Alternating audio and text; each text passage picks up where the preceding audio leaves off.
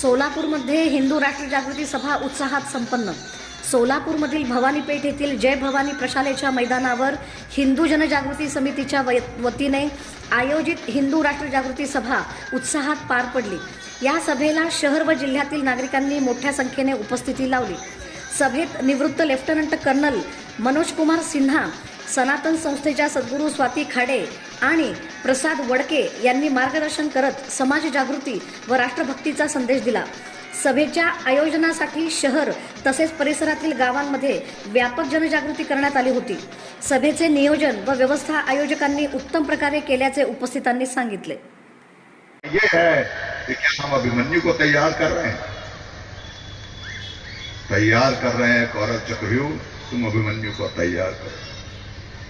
षड्यंत्रों का वो जाल बुन रहे, तुम्हारे लिए वो काल बुन रहे हैं। नहीं 5 गांव की बात सुन रहे। भाई द्वापर युग में दुर्योधन कम से कम इतना तो ईमानदार था, उसने मुंह पे बोल दिया मैं नहीं मानता 5 गांव की बात नहीं। इतना तो था। दुर्योधन ने स्पष्ट बोला कि मैं 5 गांव पे समझौता नहीं करूंगा, एक सुई के बराबर ही जमीन नहीं दूंगा, और उसका कारण युद्ध हुआ। कलयुग में तो कौरव ने बोला कि मुझे एक देश दे दो, उसके बाद सब खत्म।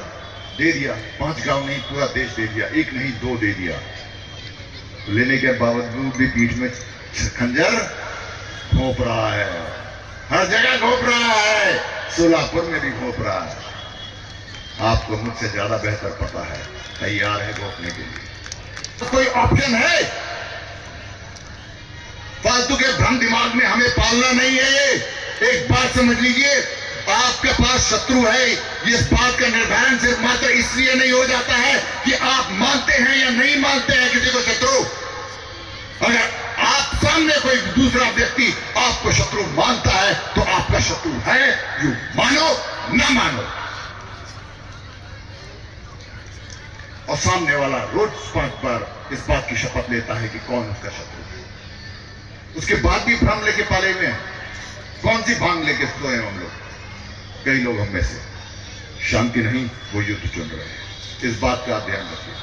दुर्योधन म्हणाला भगवंत आहे नाही मला काही माहिती नाहीये, भाऊ आहे नातेवाईक आहे मला काही माहिती नाही, मला एकच माहिती आहे की मला राज्य पाहिजे। तशा आपल्या समोरच्या शत्रूंना तो शत्रुबोध झालाय। ही हिंदूंची भूमी त्यांना परत इस्लाममय करायचे आणि ते आपण होऊ द्यायचं नाही। आपण जर होऊ द्यायला लागलो तर आपली देखील परिस्थिती आपण नामशेष होऊ, आणि याच्यासाठीच आपल्याला स्वबोधाबरोबर शत्रुबोध झाला पाहिजे। अगदी उदाहरण सांगतो।